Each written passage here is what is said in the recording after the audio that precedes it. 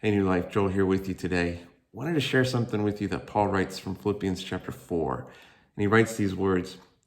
It says, fix your thoughts on what is true and honorable and right and pure and lovely and admirable. Think about things that are excellent and worthy of praise. He says, then the God of peace will be with you. And I needed to hear those words today. I woke up with what I could only describe as a feeling of being at a hope deficit.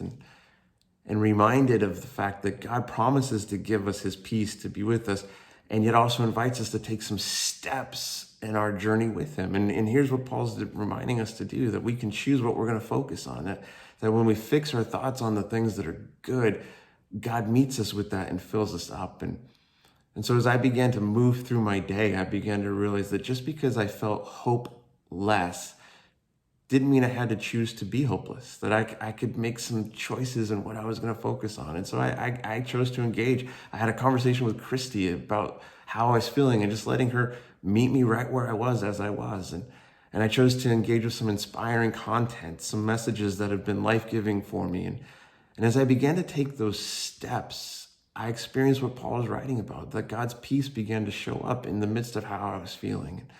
And I want you to know that you don't have to be trapped in how you're feeling about today. You can take steps that can turn it around for you and let God meet you with his peace. And so give someone a phone call if you need that help.